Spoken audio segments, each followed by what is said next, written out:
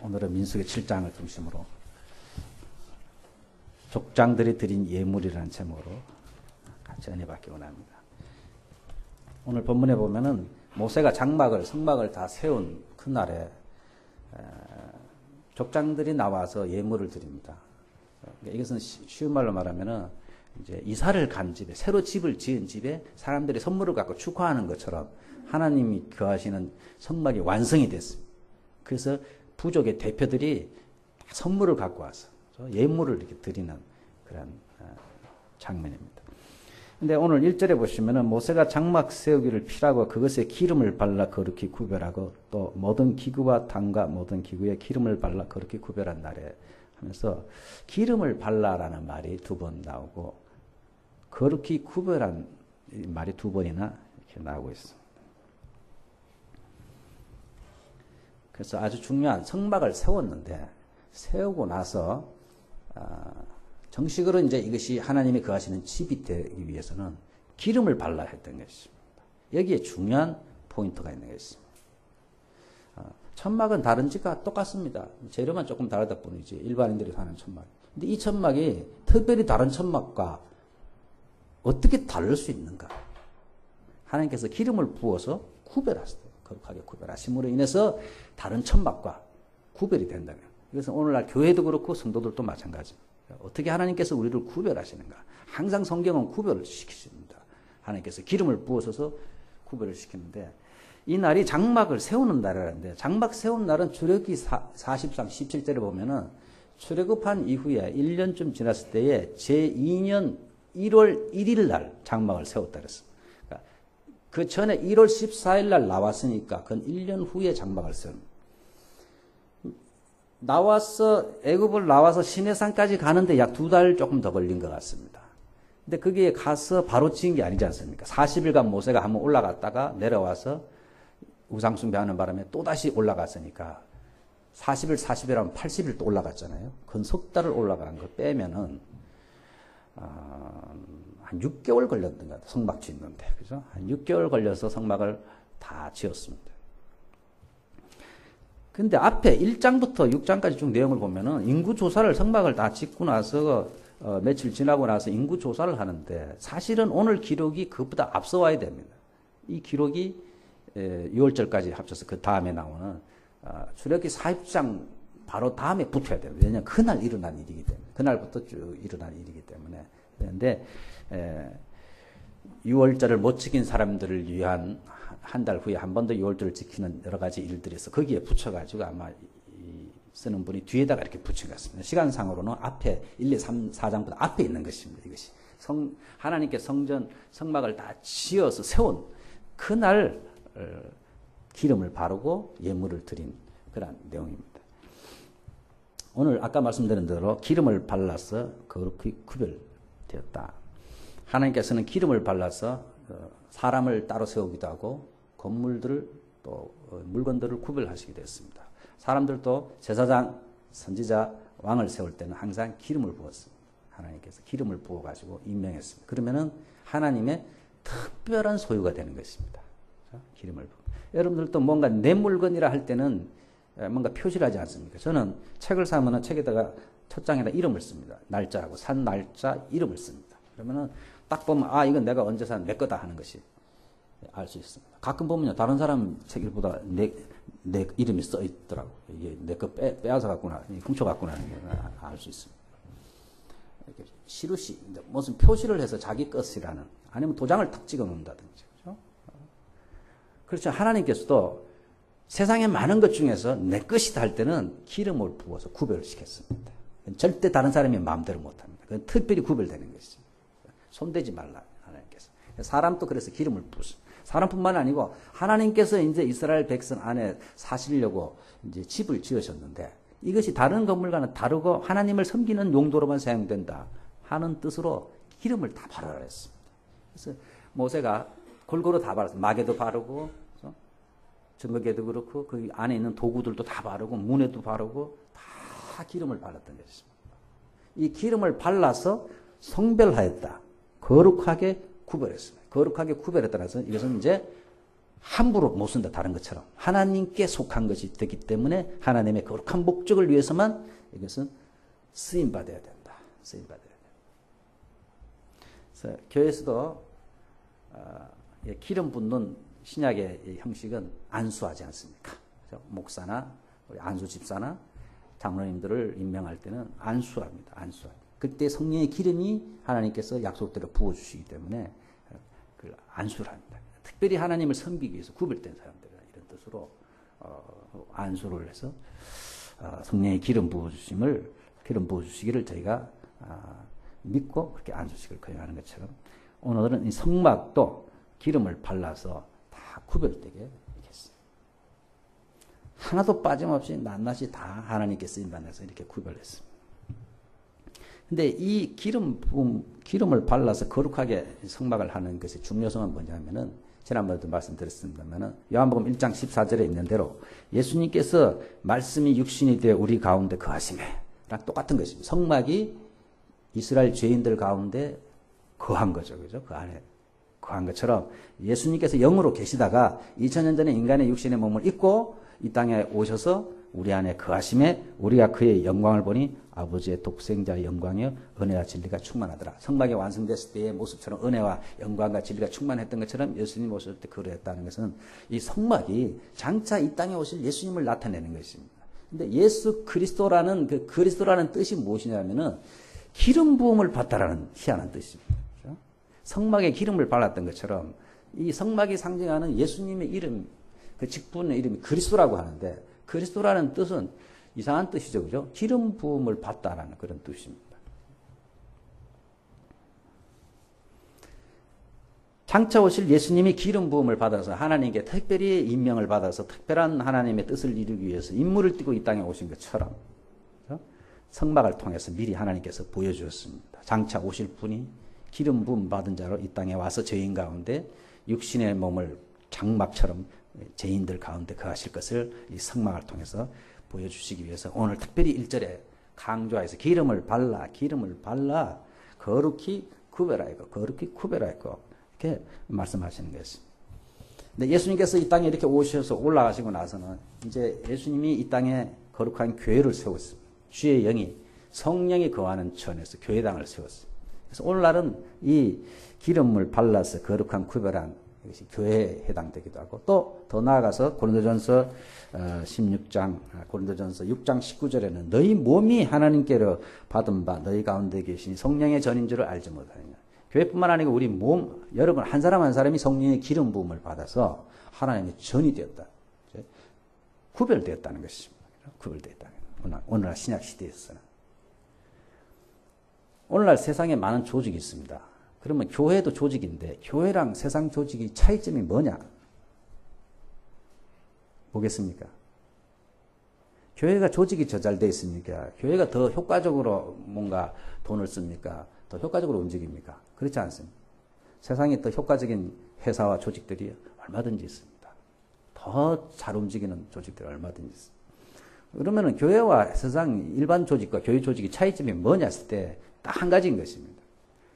기름을 발라서 구별했다는 거예요. 성령님이 거하신다는 거예요. 교회는. 그 차이입니다. 교회는 성령님이 하나님의 약속대로 믿는 사람들 가운데 성령님이 거하신다 그랬었기 때문에 그 차이인 것입니다. 그러면 예수 믿는 사람과 믿지 않는 사람들의 차이는 무엇인가 했을 때 예수 믿는 사람들이 더 착한가? 그렇지도 않습니다. 저는 일본에 와서 착한 사람들 많이 만났어요. 우리나라 사람들은 일본 사람들에 대해서 역사적인 인식 때문에 안 좋은 감정을 많이 갖고 있습니다만, 저도 그런 역사적인 감정 많이 있습니다만, 그러나 개인적으로는 좋은 사람들을 일본에서 더 많이 만나요, 저는 개인적으로 도움을 준 일본 분들이 많이 있어요. 정말 감동받은 사람들이 많이 있어요. 제가 옛날에도 한번 말씀드린 것 같은데, 고속도로 위에서 제가 차가 멈췄잖아요. 한 50m 앞서가던 차가 빠꾸로 해가 와가지고요. 도와주려고. 그것도 모르고 우리는 머리 물들고 이래가지고 야구자인 줄 알고서 문 안 열어주고 뒤에 차가 밀리고 난리 났어요. 우리 집 사람이 야구자니까 문 열어주지 말라고. 이게 펄렁 바지 입고 와서 뱅키칠하는 사람. 펄렁펄렁 하얀 바지 입고 참 머리 노랗게 물든 사람이 5명이 내려와서 얼마나 겁이 나서. 막 두들기는데요. 말은 안 돼 도와주려고 그런 것 같은데. 괜찮다고 가라고. 차가 안 움직이니까 이 차가 가다가 또 돌아왔어. 두 번째. 또 돌아왔는데 내가 미안하잖아요. 그래서 할 수 없이 문을 열었더니 도와주고 싶다. 우리가 밧줄이 있는데 가솔린 스탠드까지 끌어주겠다 그러더라고. 어떻게 뒤에 차는 막 밀리고. 그랬더니 밑으로 기어 들어가서 막 연결을 해가지고요. 두 사람은 저 차를 다 이렇게 세우고 고속도로 위에서 수도 고속도로 간다 거기서. 그래가지고 유도를 해가지고 그 밑에 가솔린 스탠드까지 딱 데려다주고. 떠나려는 걸 제가 돈이 없어가지고 그때 고속도로비 600원 아닙니까? 다시 타면은 독구로장에까지 간다. 나 2,000원이라도 주려고 주니까 그 애기들 과자 사주라 그러더라고. 저희들도 이런 거 당해봐서 아는데요. 애들 과자 사주시고 천천히 이렇게 가세요. 그래서 도망가 버렸습니다. 도망가다시피 가더라고. 그 감동 안 받습니까, 여러분들? 그때 뭐 딱 그런 경우가 많습니다. 많이 있었습니다. 그러니까 예수 믿는 사람보다 안 믿는 사람이, 착한 사람이 더 많은 것 같아요. 여러분들 잘 보세요. 옆에 사람들 성격 잘 보세요. 한번. 바깥에 있는 사람들 바깥에 착한 사람들이 많다고. 야사시한 사람. 교회 다니는 사람들이 더 착하냐, 야사시하냐, 그렇지도 않은 것 같아요. 얼굴이 더 이쁘냐, 그건 더욱더 말할 수 없어. 키가 더 크냐, 그건 더더욱 말할 수 없어. 그럼 뭐냐, 예수 믿는 사람들하고 바깥의 사람들이. 성경은 성령님이 우리 안에 거하는 기름 분발. 그러니까 이스라엘의 성막이 다른 성막과 천막과 뭐가 다르냐? 똑같이 그 모양아. 기름을 발랐다. 기름을 발랐다. 하나님께서 보이지 않는 기름을 우리에게 발랐다는 것입니다. 그렇죠? 성령의 인을 쳤다. 성령의 도장을 다 쳤어요. 쳐서 그때부터 훈련을 시키기 시작합니다. 못된 성격도 고쳐나가고 처음처럼 안 바뀌는 사람들도 있고요. 고쳐나가고. 아까 말씀드린 우리 박경환 씨가 어저께 돌아갔습니다. 소천했습니다만 이분의 아버님은 아버님의 아버님, 그러니까 이 돌아가신 분의 할아버지는 장로님이었어요. 제일교포로서 신앙생활을 잘 하시다가 아들을 잘 믿으라고 신충이라고 지었어요. 잘 믿고 충성하라. 잘 믿고 충성하라고. 근데 교감 선생님이 교회에 여러 가지 시험이 들어서 교회 생활 제대로 못했어요. 그러다가 아들도 초등학교에 교회를 다니다가 중학교 가서 북가츠가 바쁘고 이러면서 교회를 지금까지 안 다니고 계속 안 다니고. 이제 위독하게 돼서 아버님이 그래도 그죠? 자기 아버님 생각이 나가지고 저를 찾아요. 옛날에 우리 교회 수요일날 오고 그렇게 하셨어요. 좀 와서 우리 아들을 위해서 기도해 달라 그래서 석주 전에 병원에 갔었습니다. 동경 조시다요 병원에 갔더니 뭐 제자들도 와 있고 그렇죠? 한 10명이 방에 북적북적한데 예배를 드리고 어떻게 할까 하다가 이 췌장암은 언제 어떻게 될지 모르잖아요. 본인은 뭐 괜찮다고 막 오래 살 것처럼 생각하고 있더라고요. 근데 뭐 주위에서는 한 2달쯤 가지 않겠는가 이렇게 이야기를 했었는데 기회가 없을지 모르겠다 싶어서 예수님을 복음을 소개하고 저도 당황스럽죠. 이렇게 했는데 사람들도 많은데 10명 보고 있는데 이 양반 싫다 그러면 분위기가 어색해지잖아요. 그래도 기회가 없으니까 소개하고 예수님을 이 시간 영접하지 않겠습니까? 했더니 이상하게 스나오니 하겠습니다. 그러더라고. 그러면 나를 따라서 한번 큰 소리로 기도를 하시겠습니까? 했더니 예 해서 내가 손을 딱 잡았더니 내 손을 꽉 잡더라고. 꽉 잡. 그러니까 간절한 거지 그때. 한마디 한마디 쭉 여러분이 영접한 것처럼 예수님을 다 영접하더라고. 눈물이 벌써. 그 다음 주에 갔더니 지난주에 내가 예수님 그 영접할 때 가슴이 뜨겁고 이상하게 눈물이 그렇게 나더래요. 어릴 때 생각도 나고 막 간절하게. 그리고 한 2달 갈 줄 알고 지난주는 여러 가지 바쁜 일이 있어가지고 못 가서 금요일날 토요일날 한번 갈까 이러고 있는데 전화가 왔어요. 위독하다고 전화가 와서 어저께 갔더니 한국학교 선생님들이 많이 와 있어요. 근데 뭐 너무 위독하니까 가족들이 울고불고 난리에 20명이 막 울고불고 난리에서 안에 들어가지를 못했어요. 그 분위기를 뭐 깰 수가 없어가지고 천만이라도 들어가고 싶었는데 이 형제들이 다 안 믿어요. 그래서 목사님 들어와서 기도하면은 본인이 마지막으로 느끼기 때문에 안 좋다고 필사적으로 살려고 하는데 저는 마지막에 좀 기도해 주고 싶었어요. 마지막 가는 길을. 그럼 믿어도 얼마 안 됐잖아요. 지금 뭐 오락가락 할 텐데 확실히 마지막에 붙잡아 줘야 되는데 가족들이 반대해서 못 들어왔어요. 교감선생님 미안하다고. 애들이 내 말을 안 듣는다고. 가족들이 본인을 위해서 해준다는 게 본인을 방해하는 게 됐어요. 여러분들. 내가 열심히 해주는 게 방해될 수가 있어요. 진리를 모르면 그렇게 된단 말이에요. 그래서 내가 안타깝게 돌아왔어요. 돌아왔는데 오늘 아침에 전화가 왔어요. 어저께 밤에 돌아갔어요. 그러면 그분이 천국 갈 것이냐 말 것이냐. 예수 믿은 지도 얼마 안 되고 별로 착하게는 살았습니다만 주님을 위해서 한 일도 별로 없잖아요. 바쁘게 살았죠. 바쁘게 살았죠. 이제 주님 앞에 서 있을 텐데 어떻게 될까? 만약에 행위대로 구원받는다면 구원 못 받습니다. 구원 못 받습니다. 뭐 한 게 있어야죠. 그러나 하나님께서는 기름 부음을 받은 일을 보는 것입니다. 그렇죠? 예수님을 영접할 때 의지적으로 선물로 성령의 기름을 부어주신다 그랬어요. 본인이 느끼든 안 느끼든 약속대로 하시니까 하나님께서. 그 의지가 중요합니다. 우리가 의지로 내 생각을 바꿔서 내 인생을 잘못 살았습니다.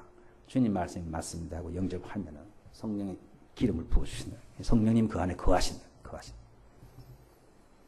그래서 우리가 구원받는 것이죠. 바깥 사람보다 더 착하고 잘생기고 키가 커서 구원받는 거 아니에요. 평생에 선한 일을 아무리 해도요. 하나님께서 이렇게 보시면은 성경에 보면은 그것은 더러운 옷을 하나 더 입는 것과 같아요. 우리가 볼 때는 굉장하게 이쁜 옷, 깨끗한 옷 같은데 하나님 보시면은 그 착한 행실도 더러운 옷을 하나 더 입는 거에 불과하다. 행위로는 구원받을 사람이 없다 그랬습니다. 그래서 예수님을 영접하고 성령님을 받아야 구별이 되는 것이 하나님의 사랑으로. 그거 하나를 보시고 구원하시는 것입니다. 그러면은 뭐 그렇게 쉽게 구원받습니까? 그러면은 어떤 사람은 이런데 은혜를 너무 받아가지고요. 그러면 죽을 때까지 내 마음대로 살다가 죽기 5분 전에 예수님 영접하고 죽으면 안 되겠습니까? 이렇게 은혜를 엄청 받는 사람들이 있어요. 근데 몇 가지 이유가 있는데 그렇게 해서 사람이요 그렇게 될 것 같은데 갑자기 죽는 수도 있어요. 그렇죠? 또 그렇게 자기 생각대로 5분 전에 예수님 영접할 수 있느냐? 그게 안 됩니다. 사람의 마음이 강팍해져가지고 곧 죽어도요 끝까지 안 믿는 사람이 있어요. 여러분들 예수님 믿는다는 것이 간단하게 보이지만 간단한 게 아닙니다. 여러분들. 사람이 제일 힘든 것이 하루 종일 땅 파는 게 힘든 게 아니고요. 자기 생각이 옳다고 생각했던 것이 잘못됐고 만나지도 보지도 못한 분의 이 성경 말씀이 맞습니다. 내 인생을 거꾸로 살았습니다. 하고 자기 의사를 꺾고 주님 말씀이 맞습니다. 주님이 대신해서 날 위해서 십자가에 달려 돌아가시고 부활하신 것이 맞습니다. 주님을 의지해야만 구원받는 거 맞습니다. 인간으로서 얼마나 비참한 일입니까? 내 힘으로 살려고 하는 인간인데 그죠? 남에게 지기 싫고 내 문제는 내가 해결한다는 게 인간의 프라이드입니다. 요즘 노아 영화 봤습니까? 그 영화 희한하게 한번 보세요. 성경과 완전히 반성경적이더만. 그게 이제 인간의 힘으로 그죠? 하려잖아요. 그 내용도 다 잘못된 거지만 그 전개도 그렇고 반기독교적인 것 같아요. 노아 영화 조심해서 이름만 노아죠. 완전 성경과 달라요. 반성경적인 그런 내용. 그러니까 인간의 힘으로 뭔가 이렇게 하려는 그런 하나님께 도전하는 그런 내용인데 노아 거기에 영화에도 나오지만은 정말 인간이 자기 생각을 꺾고 전적으로 하나님께 순종한다는 것이 제일 힘든 것입니다. 사실은 여러분들이 믿으니까 쉽게 느끼지만 그러니까 하나님이 보통 작업을 한 게 아니죠. 여러분들이 이렇게 믿게까지는 믿는 것이 힘든 것입니다. 여러분 힘든 것이 특별히 죽기 직전에도요 힘듭니다. 내가 어떻게 살아왔는데 이 평생 그 순간까지 내 생각대로 살았는데 지금 생각을 바꾸라고 그러면 지금까지 인생을 부정하는 게 되는데 쉬울 것 같습니까? 인간은 그렇지 않습니다. 여러분들 그래서 예수님께서 십자가에 달려서 돌아갈 때 강도가 처음에는 막 예수님 공격하다가 마지막 가서 한쪽 강도는 우리는 잘못해서 이렇게 십자가에 달렸습니다만 당신은 아무 죄도 없이 이렇게 달렸는데 오늘 낙원에 이르거든 저를 좀 기억해 주십시오 부탁하지 않습니까? 그랬더니 예수님께서 뭐라 그럽니까? 오늘 나와 함께 낙원에 이르리라. 기억이 아니고 그냥 같이 천국 간다 그랬어요. 그러면 어떤 사람 보면은 아까 말씀드렸듯이 평생 도둑질하고 사람 죽이고 하다가 마지막 순간에 딱 영접하면 되겠네. 됩니다. 근데 그게 안 된다는 쉽게. 그 강도가 여러분들 쉽게 그렇게 한 거 같습니까? 마지막 순간까지 예수님 비방했는데 그리고 그 순간에 피 흘리면 자기도 죽어가는데 그걸 그 순간에 뭐 할 일 없어서 다 죽어가는 그분 아무런 소망이 없는 그분이 맞다고 인정해주고 나를 기억하자 의지하는 것은 제정신 갖고 안 되는 것입니다. 그리고 역으로 생각하면 제자들도 다 도망갔는데 그때 예수님을 편들은 유일한 사람은 그 강도밖에 없어요. 그러니까 그게 굉장히 엄청난 일이라는 거예요. 여러분들 한 사람이 믿는다 그러면 여러분들 집안에서나 엄청난 사건이고 엄청난 일인 것입니다. 하나님께서 보실 때는 그래서 믿음을 여러분들 가볍게 생각하면 안 되고요. 우리 자녀들이 믿음을 가졌다는 것은 엄청난 축복이고 그것은 너무너무 귀하고 인간의 힘으로는 안 되는 일이고 최후의 순간에 영접하는 것도 안 됩니다. 절대로. 인간의 이 자존심이라는 것이 보통 생기지 않습니다. 그래서 스님들은 그렇게 간단하면 누구든지 구원받지 하면서 구원 안 받아요. 도를 닦아서 막 깊이 명상하고 막 수양을 해야 되는 줄 알아요. 그게 더 쉬워요, 여러분들. 자기 생각을 버리고 예수님 영접하는 것이 훨씬 어렵습니다. 그래서 중을 만나면 언제든지 제가 말할 자신 있어요. 그게 더 수양하는 게 어려울 것 같습니다. 우리는 새벽 4시 일어나서 뭐 목욕하고 뭐 하고 그것보다 더 힘든 건요. 내 생각 버리는 게 더 힘든 것입니다, 여러분들. 그리고 만나지도 보지도 못한 예수님 십자가에 나를 위해 돌아가셨다. 나랑 상관없잖아요. 그분이 나를 위해 돌아가시고 또 그거를 믿는다고 내가 구원받고 영원한 영생을 받고 천국 간다는 게 말이 됩니까, 여러분들? 그거를 믿음으로 받아들일 때 아무도 안 받아들였는데 한 사람이 받아들였다면 하나님께서 그 사람을 얼마나 기뻐하겠습니까? 얼마나 기뻐하겠습니까? 아무도 안 믿는 가운데 한 사람이 믿을 때 얼마나 하나님께서 기뻐하겠습니까? 그래서 저는 그분이 천국 간 걸 확신하고 오늘 아침에 왔는데 부인 보러 그랬어요. 그분은 좋은 데 갔다 지금. 문제는 남아있는 가족이 안 돼서 그렇지. 그분 걱정하지 말아요. 그랬더니 감사하다라고 이렇게 많이 울고 갔어요. 실제로 가신 분은 걱정할 거 없어요. 남은 가족들이 걱정이 되는 것이죠. 남은 가족. 왜 우리가 구원받느냐? 기름 부음을 받았어. 하나님이 그렇게 구별하시기 때문에. 그래서 건물도 그렇게 구별하고 사람도 구별해서 쓰시고 한 영혼 한 영혼을 성령께서 영접할 때 오셔서 기름 발라 구별하십니다. 그래서 기름 발라 구별한다는 말이 중요한 것입니다, 여러분들. 내가 이렇게 못났지만은 내가 내 의사를 꺾고 예수님을 영접했습니다. 성령님이 내 안에 거하심을 믿습니다. 그러니까 안심하는 게 아니고 그러니까 이분을 섭섭하지 않게 하기 위해서 우리가 거룩한 삶을 살려고 애를 써야죠. 노력해야죠.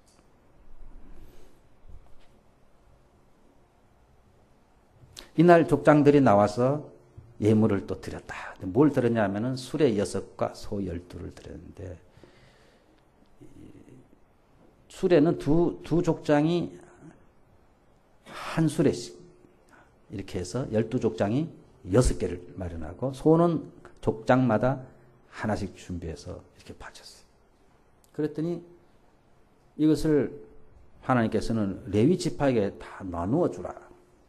근데 나누어 주는데 5절에 보시면은 그냥 나누어 주지 말고 직임대로 즉 무슨 일을 하는가를 봉사의 종류에 따라서 이것을 나누자. 지금 이제 수레가 지금 말하면 차가 6대 하고 소가 12마리 있는데 이것을 이제 나누어 주는데 어떻게 나누어 줄 것인가 했을 때 똑같이 나눠 주지 말고 무슨 일을 하는가에 따라서 나누어 주라. 그래서 7절에 보시면 게르손 자손들에게는 그 직임대로 수레 2과 소 4을 주라. 그다음에 무라리 자손들에게는 수레 4과 소 8, 2배로 주라는 것입니다. 왜 이렇게 차이가 나는가? 그 다음에 고앗 자손 구절에는 아무것도 주지 말라 그래요. 왜 누구는 아무것도 안 주고 누구는 수레 4을 주고 누구는 수레 2밖에 안 주는가 하는 것은 그들이 하는 직무에 따라서 그렇게 주라는 것입니다. 그러면 그들의 직무가 뭐냐면 우리가 살펴봤잖아요. 게르손 자손은 4장 25절 26절을 보면은 주로 무슨 일을 하냐면 성막, 막과 커튼 같은 거를 주로 휘장, 커튼을 나르는 것입니다. 그 무겁기 때문에 커튼이 수레에다 실어서 날라야 되는 것이죠. 수레에다. 그래서 수레가 필요한 것이죠. 그 다음에 무라리 자손은 왜 또 네 개나 주었나? 2배나 더 많이 줬는가? 무라리 자손들은 큰 기둥 같은 거 있잖아요. 기름 받침대 이런 게 무거운 쇠, 놋 이런 게 관계되는 걸 나르기 때문에 수레가 더 많이 필요한 것이 더 무거운 것이기 때문에 그래서 2배로 많이 준 것입니다. 2배로. 그 직임대로 나눠주라. 근데 성경에 보면은 우리 각 직임대로 하나님께 은사를 다르게 준다 그랬잖아요. 그처럼 직임대로 나누어 주라. 그 다음에 고앗 자손은 왜 아무것도 안 줬느냐 하면은 9절에 보시면은 그 어깨로 매는 일을 하는 까닭이었더라. 고앗 자손들은 물건이 중요하기 때문에 주로 지성소에 있는 물건들, 언약궤라든지, 그죠? 그런 속죄소 뚜껑, 또 그 향단, 무슨 촛대, 뭐 이런 거 있잖아요. 중요한 것들을 다루기 때문에 이런 것들은 그렇게 간단하게 수레 시로 나르면 안 된다. 여러분들 이사할 때 다이아몬드라든지 여러분들 고급 시계라든지 이삿짐 센터 아저씨 저것도 날라주세요 이렇게 안 하잖아요. 막 거기 이삿짐 센터에 자기 자가용 차에다가 몰래 이렇게 깨지기 쉬운 거 시계라든지 뭐 보석 이런 거는 따로 나르지. 컴퓨터 이런 거는 절대로 안 맡깁니다. 맡기다가 빼갈지 깨트려 먹을지 어떻게 합니까? 하나님께서도요. 성소 안에 여러 가지 물건이 있습니다만은 그 안쪽에 있는 중요한 것들은 절대로 술에 싣지 말라. 이것들은 직접 고앗 자손들이 어깨에 메고서 조심스럽게 날라야 된다. 왜? 너무너무 소중한 것들이니까. 이렇게 시켰어요. 그러니까 수레가 필요 없는 것입니다. 그래서 6개, 수레 6개를 바쳤는데 4개는 무라리 족속들, 무거운 기둥을 나르는 사람들에게 주고 2개는 막을 나르는 사람들에게 주고 고앗 자손들은 필요 없으니까 안 준 것입니다. 미워서 안 준 것이 아니고. 하나님이 다 직무가 다르다. 어떤 의미에서 하나도 안 준 고앗 자손의 일이 더 중요했어요, 여러분들. 하나님 저는 왜 많이 안 줍니까? 그러지 마세요, 여러분들. 더 중요한 것을 하나님께서 주셨는지 모르죠. 이번에 아까 말씀드린 그 형제들이 왜 그렇게 예수님을 안 믿는가 그랬더니 집안에 안 좋은 일이 많이 나대요. 아버님도 암에 걸리고 병이 걸리고 또 애가 그 돌아가신 분 애기가 태어나면서부터 다리를 못 써요. 초등학생입니다. 그때 정기적으로 수술을 받아야 돼요. 왜 우리 집안에 이렇게 어머님은 교회를 나가시는데 우리 집안에 이런 오리 많으니까 이런 하나님입니다. 없다 이래가지고 신앙이 돼서 안 좋은 생각. 안 좋은. 그럴 수 있잖아요, 여러분. 그죠?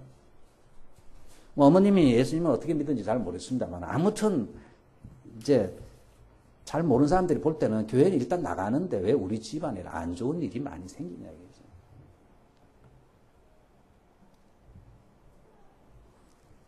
우리 예수 믿다가 성경에 보면은 근데 많은 안 믿는 사람들도 성경에 하나님을 잘 몰라요. 하나님은 절대 어려움이 없다는 말씀 하시지도 않았고, 그죠? 성경을 모르니까, 성경의 하나님을 모르니까 자기 나름대로 상상해서 기독교를 비판하는 사람들이 인터넷상에 대부분의 사람들이 그래요. 제가 이렇게 보면은 하나님께서는 내가 이렇다고 말씀도 안 하시는데 자기네들이 만들어낸 하나님. 하나님 항상 좋은 거 줘야 되고, 그죠? 악을 항상 물리쳐야 되고, 하나님 이 땅의 모든 부패를 다 척결하셔야 되고, 김일성 같은 사람, 김정일, 김정은은 빨리 죽어야 되고, 오래 살고 안 죽거든. 전쟁에서 왜 어린아이가 죽습니까? 이런 거죠. 바로 하나님이 없다. 왜 기독교 선교단체가 가서 그렇게 죽음을 당하느냐? 하나님이 왜 지켜주지 아니하시느냐? 고로 하나님이 없다. 뭐 그런 영화도 많이 나오고 그렇지 않습니까? 근데 성경에 그렇게 말한 적이 없잖아요. 성경에 그렇게 말한 오히려 오늘 고앗 자손들은 힘든 일을 중요한 일을 하기 때문에 하나님께서 아무것도 안 주시고 힘들지만은 어깨로 직접 매라. 근데 나중에 사무엘하 6장 3절 이하에 보시면요. 다윗이 왕궁을 짓고 나서 하나님의 성막이 바깥에 초라한 곳에 있는 것이 들판에 있는 것이 마음이 아팠어요. 그래서 자기는 멋진 궁을 지어서 살고 있는데 하나님이 거하신다는 저 집은 전부 초라하니까 양심이 찔리잖아요, 여러분들. 그렇죠? 여러분들도 저보다 좋은 집에 살면 양심이 안 찔리십니까? 여러분은 안 찔리시겠어요. 그러나 저가 만약에 여러분들보다 좋은 집에 살면 양심이 찔리지. 성도들은 저렇게 참 힘들게 하는데, 목사가 만약에 제가 한 200평짜리 집에 산다고 합시다. 여러분들 기분 좋겠습니까? 절대로 안 좋죠. 다윗이 왕궁에 살면서 너무너무 마음이 아팠어. 그래서 하나님의 이 성막을 예루살렘으로 옮기려고 했어요. 옮겨야 되겠다. 멋진 집을 지어가지고 이제 옮겨야 되겠다 하고서 옮겨왔습니다. 그래서 너무너무 기뻐서 믿음이 있으니까 그 앞에서 춤을 추고 정말 기쁜 마음으로 선한 동기로 옮겼습니다. 근데 옮기는 과정 중에 어떻게 옮겼냐 하면은 수레에다가 이 하나님의 계를 다 실었어요. 싣고서 이렇게 옮기는데 오다가 무슨 일인지 소가 갑자기 날뛰기 시작하는 것입니다. 그래가지고 그 수레 위에 실려있는 이 증거계가 막 엎어질 것 같아요. 그러니까 그걸 따라갔던 우사라는 사람이 손으로 그걸 눌렀어요. 떨어지지 않도록. 그랬더니 성경에 보면 하나님께서 진노하사 우사를 치심에 그 자리에서 죽었더라. 즉사했어요. 너무 웃기잖아요. 우사가 그걸 보호하려고 선한 뜻으로 막았어요. 그리고 다윗이 이걸 옮길 때 뭐 이상한 것을 바라고 옮긴 것이 아니고 너무너무 감사하고 기뻐서 그 앞에서 춤을 췄다. 춤을 추면서 기쁨으로 옮겼어요. 억지로 옮긴 것도 아니고. 그러면 좀 봐줄 수도 있잖아요. 그죠? 우리 생각에. 그렇다고 그 자리에서 그 기쁜 날에 하나님께서 우리말로 초를 칠 게 뭡니까? 그죠? 그 기쁜 날에 좀 봐주고 다음엔 그러지 말라 그러든지 왜 그렇게 하셨는가 했을 때 성경은 오늘 읽은 본문 때문에 했습니다. 절대로 이 소중한 물건은 고앗 자손들이 딱 정해줬어요. 다른 사람은 또 아니에요. 고앗 자손들이 이 메고서 옮겨야 되는데 편리하게 손쉽게 수레에다가 떡 실어서 하나님께서 정하신 법을 무시하면서 아무리 동기가 좋으면 뭐합니까? 기뻐하면 뭐합니까? 우리가 기쁘게 예배하고 막 온갖 악기 다 동원해서 하나님을 찬양하고 막 뜨거운 거 좋아하는 분 뜨겁고 웅짝웅짝은 좋지만은 하나님께서 시키지 않은 짓 하면 안 된단 말이에요. 하나님께서 원치 않은. 하나님께서 명백하게 이 중요한 것들은 메고서 날라라 그랬는데 그것을 소홀했어요. 다윗이 동기는 좋았어요. 동기는 거죠. 기쁜 마음으로 열심도 있었고 동기도 좋았고 열심도 있었습니다만은 하나님께서 명한 대로 안 한 거죠. 명한 대로. 그러니까 하나님께서 일본 성경 불경의 죄를 하나님을 이렇게 두려워할 줄 모르는 존경하지 않는 그것에 대해서 하나님이 치신 것입니다. 두 번 다시 그러지 못하도록 하기 위해서. 여러분들 오냐 해주면 좋지만요. 중요한 시기에 아나니아 삽비라도 사도행전에서 그렇게 치시고 구약에 아이슨 공격할 때 그죠? 또 하나님께서 치시지 않습니까? 그걸 몰래 감춰가지고 그처럼 중요한 시기에 하나님 가만두시지 않습니다. 맛보기를 하나님께서 보여주십니다. 그래서 치셔서 그 다음에 다윗이 옮길 때를 굉장히 조심합니다. 굉장히 조심해서 그렇게 옮기니까 무사히 옮겼던 것입니다. 값지고 소중한 것일수록 손쉬운 방법으로 되는 게 없습니다. 세상 일도 그렇죠? 정말 가치 있는 일, 사람들에게 감동을 주고 영향을 주고 이런 일들은 보면 희생해야 됩니다. 그렇죠? 시간을 희생해야 되고 가족을 희생해야 되고 희생할 것이 많습니다. 힘이 듭니다. 그렇죠? 제대로 뭘 하려고 그러면요 힘이 듭니다. 물건 하나도 제대로 만들려면 힘이 듭니다. 똑같은 라면을 만들어도요 안 되는 집 가보면은 라면 먹어보면 알겠어요. 자, 지난번에 요코하마 갔더니 요시무라 라면인가 뭐 있더라고요. 사람들이 줄을 엄청 서요. 밤 11시인데도. 그래서 줄 서서 저도 한 30분 줄 서서 내가 태어나서 줄 안 서는데 하도 맛있다 해서 근데 역시 다르대. 수프가 달라. 역시 달라. 면도 다르고 수프가 다르더라. 기다리는 사람들의 기분을 조금 알 것 같아. 그걸 쌓고 하는 모습을 보니까 얼마나 진지하게 하는지 이런데 대충 하는 거하고 다르더라고요. 세상 일도요 여러분들 정말 그렇게 뭔가 제대로 하려면요 엄청 수고해야 됩니다. 자기 몸으로 움직여야 돼. 기계로 뭐 대충. 수시도 여러분들 딱 이렇게 만들어요. 요즘 수시 만드는 기계가 나와가지고요. 기계가 탁 하고 뭐 이렇게 뭐 톡 떨어지고 그거 하고요. 역시 긴자에서 몇십 년 이렇게 수련해가지고 이렇게 탁 하는 거예요. 손의 온도가 주는 영향이 다 다르답니다, 여러분들. 그 온도도 영향을 미친대요. 이 만주 딱딱한 거 이런 게 다 맛에요. 저는 뭘 먹어도 똑같은데 기계나 그나 맛을 아는 사람들은요, 기계 미묘하게 안답니다. 이게 감탄을 한다요, 그 사람들이. 근데 주님의 일을 하는데 우리가 항상 손쉬운 것만 생각하잖아요, 그죠? 편리하고 손쉬운. 그래서 다윗처럼 술에다 실어 나르면 안 된다는 거죠. 주의 일은 어깨로 메어야 될 그런 일이 많이 있습니다. 그래서 내가 수고해야 되고 희생해야 되고 반드시 어깨로만 메야만 되는 일들이 많이 있습니다. 그거를 그냥 수레로 편리하게 하려고 하면 안 되는 것입니다. 그래서 예수님도 십자가 그냥 대충 바퀴 달아가지고 수레 싣고 가야 되죠. 메고 가잖아요, 직접.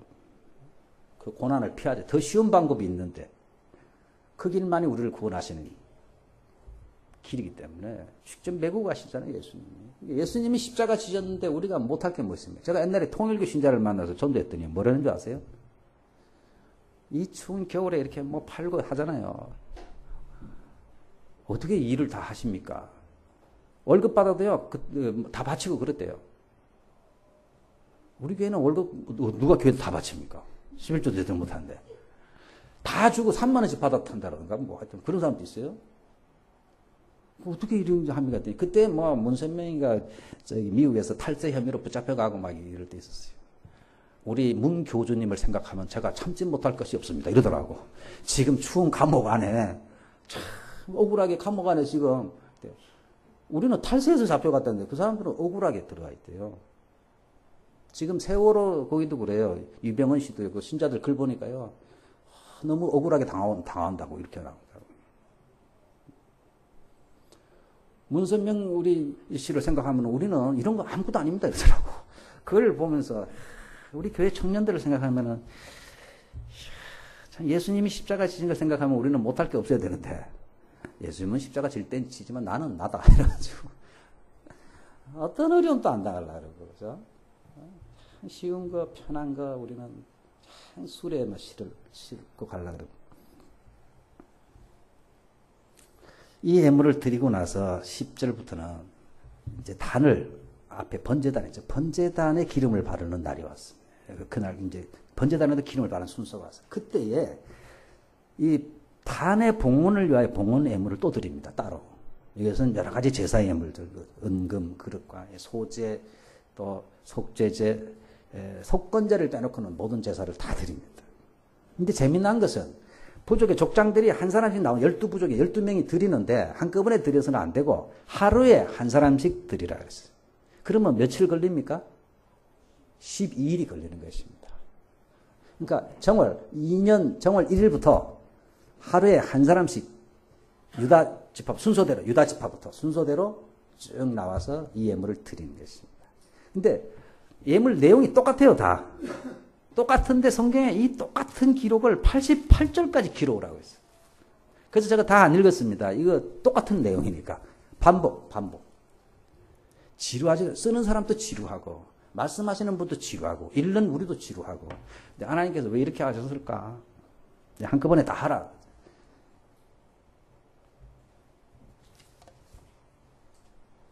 기도도 그렇지 않습니까, 여러분들? 우리 모임에서 통성 기도로 끝내는 걸 제일 좋아하잖아요.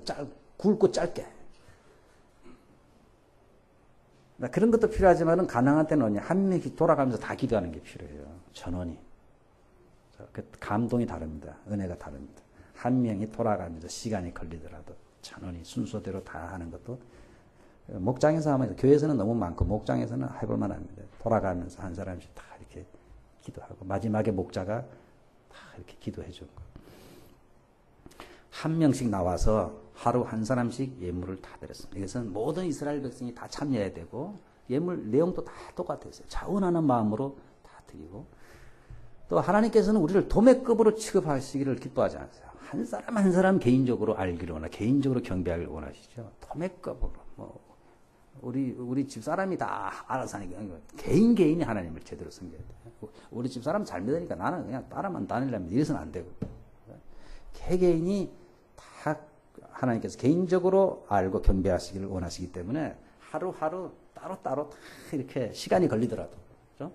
지루한 일이지만 귀찮은 일이지만은 그렇게 다 하라고 다 기록을 하라 그랬어요. 그러니까 89절까지 있잖아요. 오늘 본문이. 89절까지 있어요. 엄청 깁니다. 똑같은 내용을 계속해서 제1일에는부터 제12일에는까지 쭉 나오고 있습니다. 이렇게 주님께 드렸더니 주님께서 가만히 계시지 않죠. 89절에 모세가 회막에 들어가서 여호와께 말씀하려 할 때에 증거계 위 속죄수 위의 두 그룹 사이에서 자기에게 말씀하시는 목소리를 들었으니 여호와께서 그에게 말씀하셨더라. 우리 예수 믿는 사람들에게 있어서 제일 큰 축복은 하나님의 음성을 듣는 것입니다. 하나님의 말씀을 들을 때 은혜를 받는 것입니다. 그렇죠? 이상하게 많은 사람인데 하나님께서 나에게 말씀하시는 같은 느낌. 우리 장모님 처음 예수 믿을 때 영락교회 갔었을 때 무슨 목사님이죠? 이명수 목사님이 설교를 하시는데 영락교회 사람이 얼마나 많습니까? 근데 장모님 자기 자신에게 말씀하시는 것 같아요. 희한하다. 어떻게 나한테 이렇게. 그게 축복이고 은혜인 것입니다. 그럴 때 있잖아요. 그죠? 수많은 사람이 듣는데 이상하게 오늘 나에게 하나님께서 특별히 말씀을 주시는 것 같다. 이것이 은혜 중에 큰 은혜인 것입니다. 큰 은혜인 것입니다. 하나님께서 모세에게 나타나서 말씀을 하기 시작하셨는데 중요한 것은 말씀하는 장소가 어디냐 하는 것이 마지막이에요. 장소가 어디입니까? 여호와께서 말씀하려 할 때에 증거계 위에 속죄수 위에 두 그룹 사이에서 자기에게 말씀. 지난번에 사진 보셨죠? 속죄수는 뭐냐면은 이런 박스가 있는데 박스 속에 십계명 돌판이 들어있어요. 그 뚜껑이 아카시아 나무로 만들어서 금으로 이렇게 도배를 이렇게 해놨는데 한 이 정도 됩니다. 한 이 정도 되는 그 뚜껑이 속죄수라는 것이죠. 그러니 옆에는 천사들의 그룹을 이렇게 만들어놨어요. 이 그룹은 원래 천사들은 보좌 주변에 있는 거잖아요. 그러니까 하나님의 보좌를 상징해요. 하나님은 만들 수 없으니까 빈 공간으로 이렇게 만들어. 거기에 하나님이 계십니다. 모세가 회막 안에 들어가면은 하나님이 여기서 말씀해요. 속죄소 위에 그 공간에서 말씀하십니다. 그럼 하필 왜 거기 있냐 하는 거예요. 거기 있냐. 그래서 성경에 보면은 레위기 6장 15절에 있습니다만은 제사장이 염소를 잡아가지고 피를 가지고 들어서 어디다 뿌리냐면은 속죄소 위에 뿌리는 것입니다. 속죄소 위에 뿌리면은 하나님께서 거기서 이렇게 보고 계십니다. 원래는 그 앞에 나갈 때 항상 심판받으러 그 밑에 십계명 돌판에 계약서를 가지고 제대로 지키냐 안 지키냐 보고 못 지키면은 벌을 주셔야 돼요. 근데 피를 보시고 하나님께서 십계명 돌판대로 재판을 안 하시고 피를 보고 이미 벌을 다 받았네 하고 누가 대신 받았어요. 짐승이 죽었으니까 용서해 주시는 것입니다. 그래서 그곳에서 말씀하시는 거예요. 다른 데서는 말씀하실 수가 없어요. 피가 있는 곳에서 하나님이 말씀하시는 것입니다. 짐승이 대신 죽은 그 자리에. 그래서 이 장소가 중요한 거예요. 하나님이 어디서 말씀하시는가. 이제 함께 거하시는 그들에게 말씀할 때 하나님께서는 이곳에서 말씀하시는데 이곳이 히브리서에 있는 대로 히브리서 4장 16절이나 또 10장 19절에 예수의 피를 힘입어 성소에 들어갈 담력을 얻었으니 구약에는 짐승의 피입니다. 신약에는 더 확실한 예수님의 피를 힘입어서 하늘 지성소에 우리가 들어간다는 것입니다. 그러면 은혜의 보좌 앞에 심판의 보좌가 은혜의 보좌로 확 바뀌면서 하나님께서 그것에서 말씀하시기 시작하신다는 거죠. 은혜를 주시고 말씀하시고. 그러니 신약 시대에 우리가 얼마나 좋은 시대를 사냐는 거죠. 얼마나 좋은 시대에. 그럼에도 불구하고 은혜의 보좌 앞에 나가지를 않고 사람들이 예수님께서 고귀한 피를 뿌려서 이 귀한 자리를 마련해 주셨는데 나아가지를 않는다는 것입니다. 사람들이. 나아가지를 않는다. 오늘은 족장들이 드린 봉헌 예물에 대해서 살펴봤습니다. 족장들은 즐거운 마음으로 드렸습니다. 하나님께 드리는 것은 축복인 것입니다. 또 어떤 거래로 드리지 않습니다. 조건으로 이걸 드리니까 이렇게 해 주십시오. 그것은 이방 종교들이 그렇습니다. 그렇죠? 신산 어디 가면 그렇잖아요. 뭐 복 주세요, 뭐 주세요. 내가 이거 하니까 사서 이거 매다니까 해 주세요. 족장들은 그런 조건이 전혀 없이 그냥 기쁜 마음으로 하나님께 드렸습니다. 예물을 하나님께 드린다는 것은 하나님이 뭔가 부족해서 드리는 것이 아닙니다. 우리가 가끔 그런 기도도 합니다만은 하나님의 나라 위해서 필요한 것 주세요. 사실은 그런 것이 아니고 예물을 드린다는 것은 하나님과 우리의 관계가 특별한 관계에 있다는 것을 인정하는 것입니다. 하나님을 돕는 행위가 아닌 것입니다. 하나님을 돕는 행위가 아니고 하나님 우리는 특별한 관계에 있습니다. 너무나 감사합니다. 하면서 예물을 인정하는 뜻으로 하나님께 드리는 것입니다. 드리면은 하나님께서는 그런 가만히 계시는가? 아 그래 놓고 가라 그럴 것이냐면은 물론 조건적으로 드리지는 않습니다만은 하나님께서는 그것을 받으시고 기뻐하시면 반드시 하나님께서 우리에게 역사하시기 시작한다는 여러 가지로. 제가 우리 애들도 있습니다만은 제가 생일이 되면은 은근히 뭘 해주나 이렇게 한번 기다려보는데 지금까지 아무것도 없어요. 그래서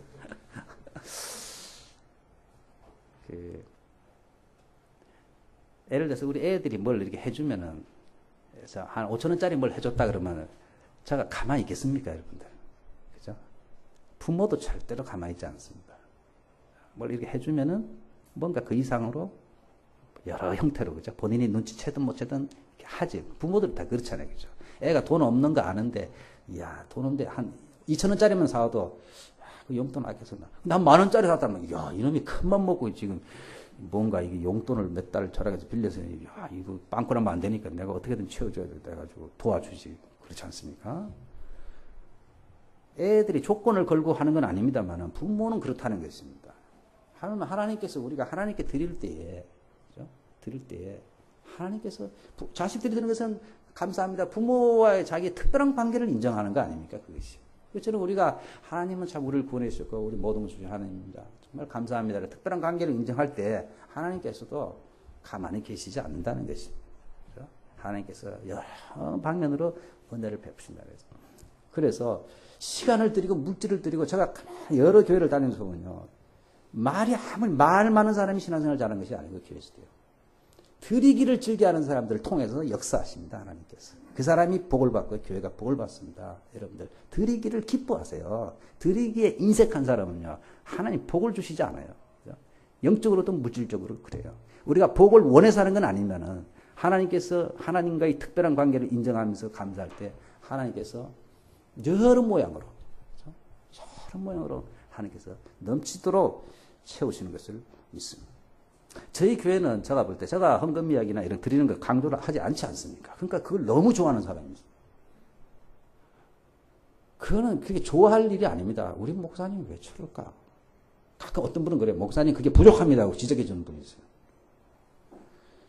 제가 간이 약해가지고 강조를 잘 못해요. 근데 왜 성도들이 복을 못 받게 하십니까? 제대로 안 가르쳐서 이렇게 말하는 분들도 있어요. 그렇게 말하는 목사님도 특히 있어요. 제대로 된 드림이 우리가 뭘 조건을 뭘 받기 위해서 드리는 아주 기복적이고 뇌물적인 건 잘못된 것입니다만은 그러나 하나님과의 정상적인 관계라면 당연히 성도가 기쁨으로 드리기를 기뻐해요. 기쁨으로 드리기를 기뻐해요. 그래서 복을 받아요. 그래서 우리 교회가 재정적으로 좀 힘든 건 그런 것 때문에 그런가 이런 생각도 들어요. 드리기를 기뻐하지 않는 시간과 물질과 이런 것들을 새벽 기도도 그러고요. 드리기를 기뻐하지 않으니까 그래서 나부터가 드리기를 좀 더 기뻐해야 되겠다. 시간 나는 대로 틈나는 대로 내가 언제 주님께 부름 받을지 모르는데 그렇죠? 주님께 드리는 이것이야말로 천국 가면 남는 게 아니겠습니까? 주여 어려운 가운데 제가 시간을 드렸습니다. 제 몸을 드렸습니다. 물질을 드렸습니다. 여러분 목자님들은 억지로라도 섬기고 드리게 되니까요. 천국 가면 상이 클 것입니다. 클 것입니다. 그때 가면 정말 저한테 감사할 것입니다. 지금은 이런 걸 맡겨가지고 그냥 이 고생을 내가 미국 휴스턴 교회 갔더니 제가 방문했던 그 목자님이 믿음이 없어 그러더라고요. 하도 속이 상해서 비유 맞춰줘야 되고 막 강가에 담배를 그렇게 뻑뻑 핀대요. 부인은 믿음이 좋은데 남편이 안 그러니까 우리 집사람이 이걸 맡아가지고 내가 이 시간에 나가서 돈을 벌면 엄청 버는데 그분 그때 미국에 그 샌드위치 체인점을 3개나 갖고 있었어요. 그분은 정말 돈 나가기만 하면 돈 버는 사람인데 내가 왜 이 시간을 들여서 이 사람들 비 맞춰주고 너무너무 답답해서 담배를 뻑뻑 피우고 그랬대요. 근데 지금은 그분이 변해가지고요. 얼마나 감사하고 충성한지 모르겠어요. 그 열심히 벌고 돌아다녀도 하늘나라 가면은 하나님 갑자기 불러가시면은 하나님께 뭘 말하겠어요. 그래서 주님께 드렸던 시간들, 물질들 이것은 고스란히 남는 것입니다. 여러분들 드림의 삶이 풍성하시기를 간절히 기도합니다. 한번 기도하겠습니다.